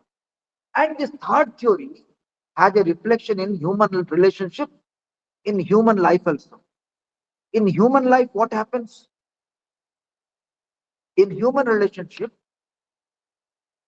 even though we are connected by a sort of friendship, kind of mutual connectivity, mutual reciprocity, the amount of known factors in the relationship is only limited, because we cannot know the mind of the other. I may be talking to you, I may be having a behavioral pattern, you may have a certain behavioral pattern, and that is only explicit, and that is only known. And behind this known, there is a vast area of unknown. What is moving in your mind? What is moving, and what is moving in the mind is also affecting the cosmos. What is moving in your mind is also affecting the cosmos. And the things that are not coming to fore in human relationship also, okay, in the relationship of love or mutual connectedness, 100% understanding is not coming up. So also, the relationship in the universe is totally not known. As scientists even say that whatever we know of the universe, the connectivity in the universe, the web of connections in the universe, everything, there are infinite number of connectivities or connections in the universe.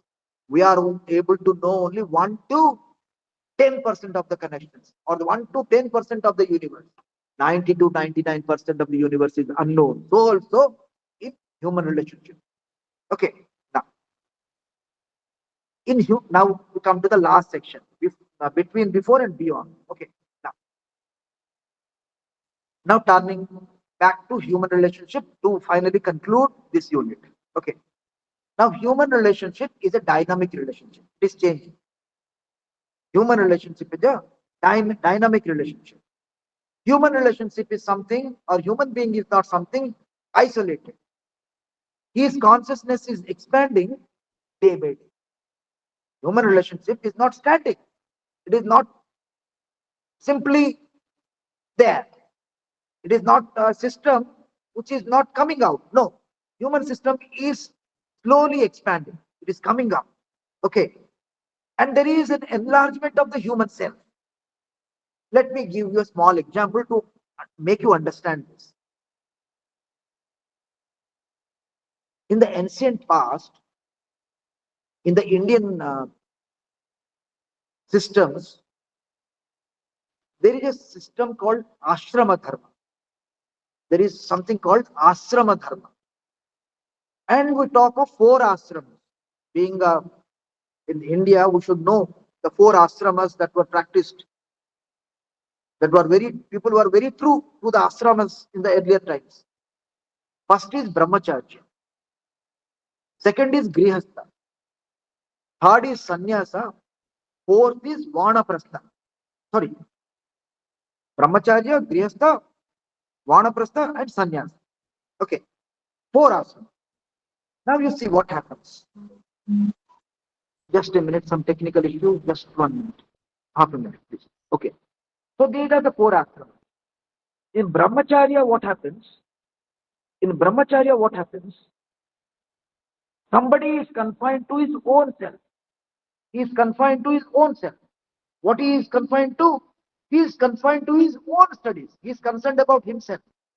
He is concerned about the training in various arts, the training in various crafts. Okay. So there are ashrama culture. They used to go to gurukuls where they used to have initial training for life. So the self is limited to himself in the brahmacharya stage. So when he moves to the grihastha stage, in the grihastha stage, what happens? He acquires a family. He gets married or acquires a family. Now his self, he is not confined to himself. Now his self expands to the family. Not keep himself to himself. He has to expand himself to the family, maybe the spouse or later the children and the family in total. So there is an expansion of self from individual in the brahmacharya stage to the family in the grihastha stage. So then comes the vanaprastha stage. In vanaprastha stage, you see, once things in the family are set up, now his self also starts expanding. His self expands. He doesn't think about the family alone. He then starts thinking about the society. So he slowly his self expands to the society. He starts thinking about the society. Okay. So his self is not confined to the family alone. Now it expands to the society in which he lives. So that is the third stage that is called vanaprastha stage. But in the final sannyasa stage, what happens? Now, from a member of the society, working for the society, his soul further expands to other societies and to the cosmos, to the entire humanity in general. So this is how the human being expands. The human self expands. So that sort of expansion can also be seen in relationship. And you can use this example in order to explain person and society. Here, this example can be used. Okay, this example which I have given now, person and societies, and here also you can use this example. Okay, how human being is ever evolving, is not something which is compressed. It is not something which is static. He is ever expanding. Human being is ever expanding. It's enlarging himself. His horizon is enlarging day by day. Okay, so that is what we need to understand. Okay, we are not confined to something, we are slowly expanding. Okay, so this is the message that I need to give you. But now let me, towards the end, bring in three things. One, the language. Second, the human relationship. And third, the discoveries in science. Let us try to bring all the three together to make a final um, look into the entire unit. Now you see, in words, in language, we normally, when we talk of a human being, we refer by I, I. So when I say I, it refers to a person. So I is taken as a noun. Okay. Now suppose the subject, when he carries on an action, we use a verb. Okay, man in action, something in action, a verb. Now, what is missing is the prepositions. What is missing is the adpositions or the prepositions. What are the prepositions? They are the relationship setters. In language, prepositions, they define the relationship. Man is not I say you. Man is not a noun. Man is also not a verb. Man is a connectedness, a relation. Man has to be understood. If you take the noun, it is just an individual. If I take man as a noun or a human person, I should not say man. If I say human person as a noun, in the noun form, I as a noun form, that it becomes an individual. Connectivity is missing. If you take in the verb form, by taking some action, there also you are missing something. But if you take, but you need to take a human person in a relational form. And what is that relational form in language? That is defined by adpositions. Adpositions are the nothing but the prepositions or the post prepositions. Post prepositions. Okay. Now this says wherein the prepositions or the post prepositions, they put man as something who has come down from the past, is in the present, and also, and here the prepositions define the betweenness. The prepositions are nothing but the betweenness, defines man in something, something in between. Between what? The past and the future. So he's in between. So prepositions give a sort of connectivity of man or a human person from the past to the present, having a connectivity or a future, wherein he is expanding. And so also in human relationship, by giving that example of idea of expansion of human self, that just these four ashramas I said, how a human being is expanding. So also in literature, in language, we see a sort of expansion of a human person in the proposition, in the prepositions or post prepositions. And that defines man's betweenness from the past to the future, lying in between, having a connectivity with the past, learning from the past, and moving to the future. And so also in human life, okay, we talk of human life is a life of becoming. Human life is a becoming, is the act of becoming. I cannot say I am complete. Human life is becoming day by day. It is growing up. It is growing up. It is coming up. It is coming up. It is coming up. So it is said, the theologians will say, human life is an act of soul making. It is an act of soul making. It is an act of becoming. You are becoming better and better individual. You are becoming better and better creature in the cosmos. You are emerging. You are coming out to be a better person day by day. You are coming out to be the goal of human life is not static. The goal of human life is not static. It is moving. It is expanding. You see, in physical science, now I say it, the universe is expanding. And the dark matter is responsible for the expansion. And what is the dark matter or dark energy? That is the relationship that is holding everything and is responsible for the expanding relationship. So also in human relationship, human being is expanding, expanding, and trying to attain greater and greater horizons. He is not static. His consciousness is not static. The consciousness, the chetana, it is slowly expanding. Like the way I tried to show how.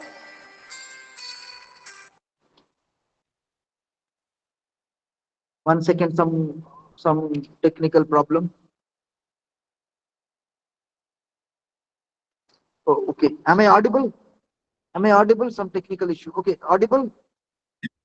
Yes, sir. Okay, done. So, what I was saying, so also in the physical universe, you see the universe is expanding. Okay, so also in human relationship, in human psyche, in human living, a human person is not static. He is slowly and slowly emerging day by day. He is, this entire human life is a process of soul making. He is emerging day by day as a better human person. And I said you, the very idea of human person is a mystery. The very idea of relation in the physical universe, establishing a definite relation in physical universe is a mystery. So everywhere, in language, in physical universe, and in human relationship, and also in defining what a human person is, everywhere there is a mystery. But in spite of this mystery, one thing that we can positively say is that human personality is expanding day by day, and that is the purpose, and there lies the goal.